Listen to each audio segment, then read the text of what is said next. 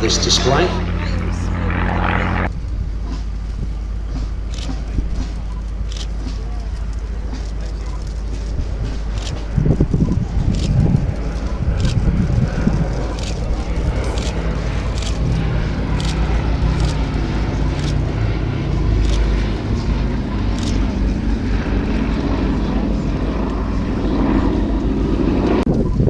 Of course, the commander of Apollo 13, who we lost earlier this year, Commander Jim Lovell in the US Navy. A wonderful man, very kind, and very loving husband and father, aside from being a fine pilot and a fine astronaut.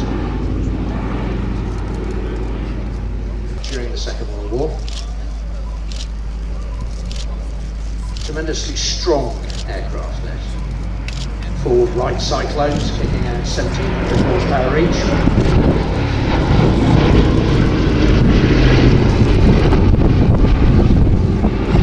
And incredibly rugged airframes. Some of the photographs you'll see of aircraft coming back with battle damage. The Americans, however, took a different point of view. They armed this aeroplane with no fewer than 13 machine guns.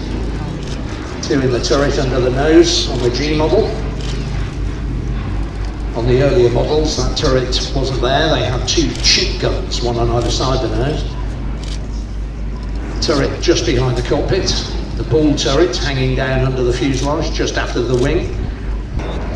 Quite a remarkable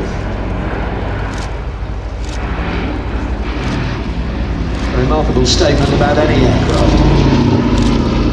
Andy Dixon making a run past with 2 of the engines smoking to show you just how many of these aircraft limped back to the UK with battle damage from fighters or flak, often trailing smoke from damaged engines. So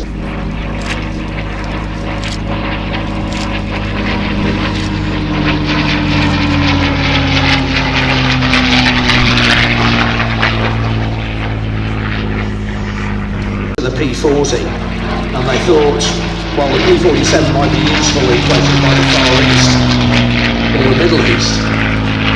Wasn't really could come up with a new fighter design. Now, if you imagine North America were already very busy. They were building the T-6 trainers, they were building the B-25 twin-engine bomber. And they turned around and said, yeah, we can design you a new fighter.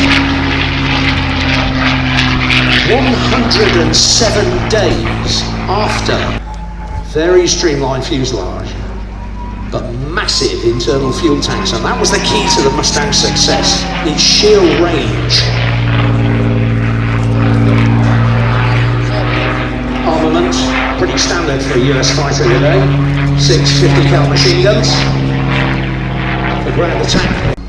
And that's what gave the aircraft the ability to escort the bombers all the way to their targets, no matter how deep in Germany they were, but they could escort the bombers all the way to the target and back.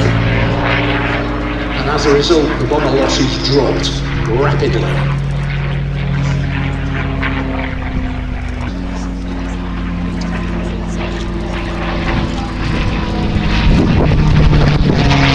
And one day, somebody in North America said, I say, chaps, what will we happen if we put a Merlin for the Focke-Wulf 190s and a later version of that aircraft that were just coming out, Focke-Wulf 190D and the TA-152, and was even known to be able to catch. Somebody just asked me to explain why it's called P. B for B-17, obviously is bomber. P stands for pursuit.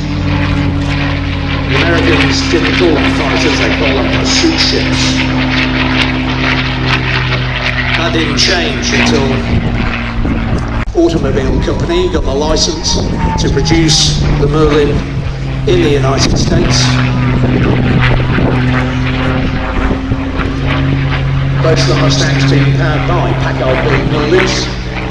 Slow, but it was firing it at machine gun rates. Made it tremendously destructive.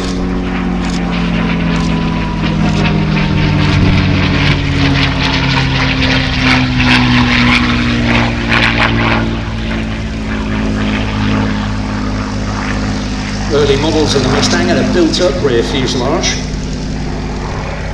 but this was found to restrict visibility to the rear